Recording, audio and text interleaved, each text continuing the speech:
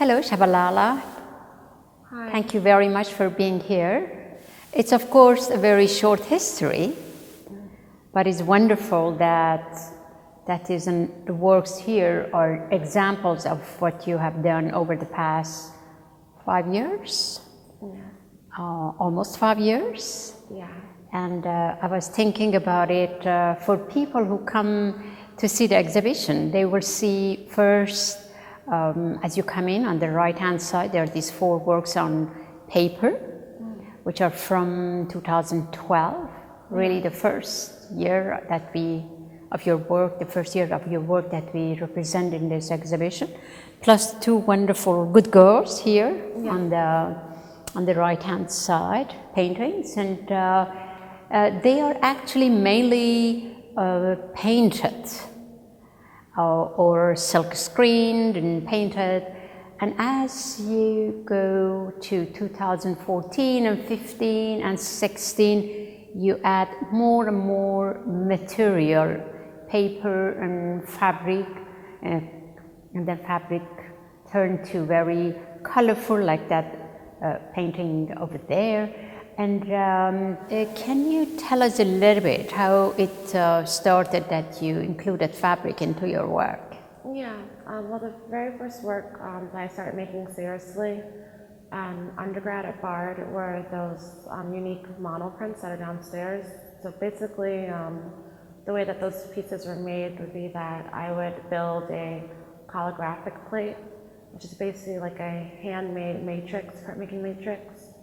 So it's different than a proper intaglio plate or like how you would normally go about monoprinting, because it's not a consistent, ground, it's more like a regular texture, and it can be built from any number of materials.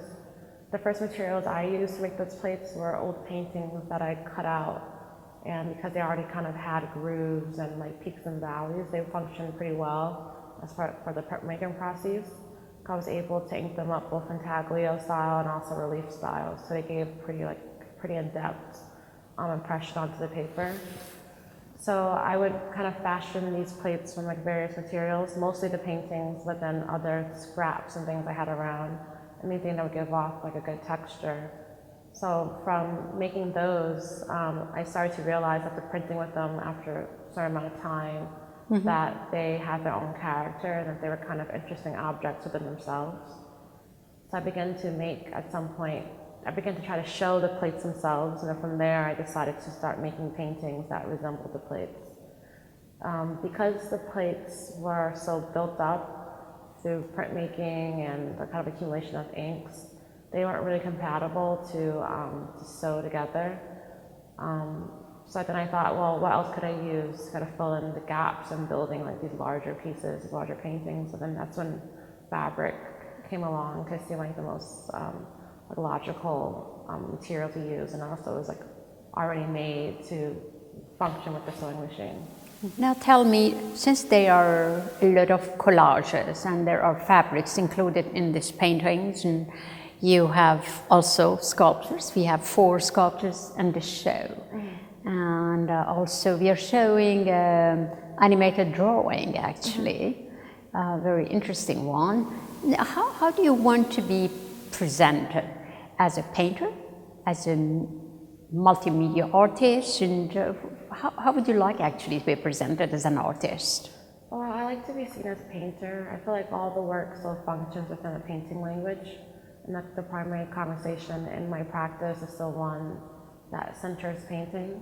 So even though I work in different mediums, I feel like they all are extensions of my painting practice, or they've all been ways for me to return to my printing practice with a more dynamic characters, or to make my characters more in depth. All the experiments and all my different mediums are ultimately to aid the paintings, I feel like. Because in the paintings, I can incorporate everything.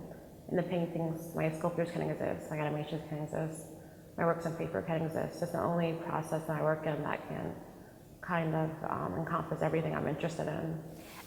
How do you go, for example, about doing a work like this painting? How the whole process come about? I'm sure a lot of people are curious to find out the process. Do you have that in imagination? Do you draw first? And then you go on to create the work? How do you decide that actually some of those panels are going to be fabric, other panels might be in paint? Here the background is paint, but most actually of the image is cloth or fabrics. Could you a little bit talk about the process? Yeah, some of the paintings, like especially the ones that are larger, it starts off with a drawing, and the ones that are more complex and involve multiple characters. But sometimes I build the characters or the figures more spontaneously, so I'm just pulling from scraps and building bit by bit. So an example of something like that would be sapphire. I had a large amount of different shapes, irregular shapes, like objects, and in my studio, and I just kind of built that piece bit by bit. Like as I'm building it, sometimes then drawing will come into it. So I'll start with a certain part of the body, draw various shapes I think would help to fill it out, and then start sewing different objects together to kind of create the rest of the figure. Other times I have a very distinct idea about how I want the piece to look, and I kind of fashion each shape, each collage element into looking like that. But either I'm drawing in my notebook or I'm drawing on my studio floor. And when I draw on my studio floor, I'm usually drawing on a piece of craft paper, and I cut out different shapes look kind of similar to sewing patterns. And from the different pieces of cutouts on the craft paper, I find pieces of canvas or other pieces of scrap that are big enough for me to cut back into those to match. So drawing is a big part of the practice. So sometimes it's more serious drawing to the planning, and sometimes it's more spontaneous drawing, just on the floor and just drawing extensions off of pieces of the painting that are already complete. Well, something is sure, when people look at your work, they realize that the artist has a lot of fun.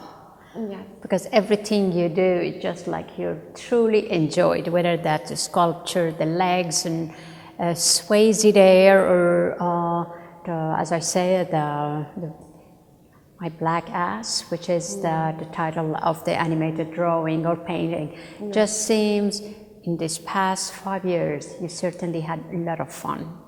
Now tell me something about,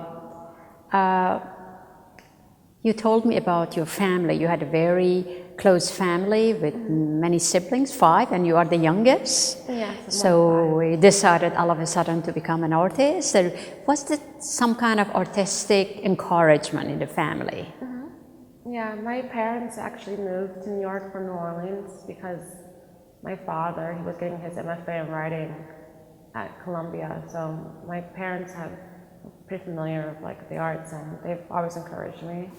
And tell me, how was life actually in Harlem in those days?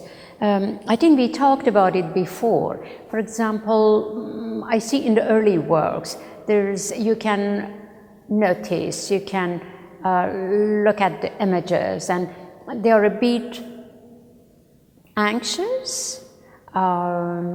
A young maybe artist who wants to prove herself, and they are 2012 early, basically, and it's the time probably you graduated from Bard College, isn't that? Yes, that's true. And then it goes on to other works, especially from the time you were at Yale and graduated from Yale with your MFA, and you see a more confident artist. There is really an important difference. Am I saying this, or do you think it's true? No, I think that's true. I think the early work, I was less, I just think it's less about me personally, and I think that's because I just didn't know so much about myself. I was leaving undergrad, and I didn't have any much experience outside of that. So I think as I went to graduate school and a lot of things changed in my own life, I had more, more to pull from. I guess a more significant experience to actually draw upon in regards to my practice and my work and what I wanted to communicate. The later work also in some ways some are very iconic, as you can see, but there are also a group of work that I saw in Naples when you showed them last year. Was that last year? Almost, yeah. Yeah, it's called, the exhibition was entitled Function, The Function, Yes, something The like that. Function, yeah. It's more social. It seems there is a lot of influence of dance, music in it, performance, and tell me something about the influence of music or literature, whatever influences there was actually while you grow up and also when you went to college and grad school. Well, yeah, the show that I did last year in Naples, I kind of wanted to pick a, when I originally was planning that show, I was thinking a lot about the television show Soul Train. I was kind of thinking about that as both like a formal and conceptual basis for that project.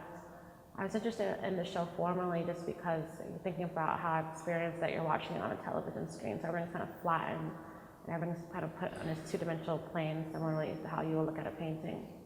So the way that the figures and the experience are kind of stacked up behind one another and everything's, and the way that their bodies are moving and things are cropped and they become kind of an accumulation of shapes. I found that very interesting. I thought it would be a good idea to kind of base like a painting or a painting series on this aesthetics of the actual television experience I had as a child watching that TV show.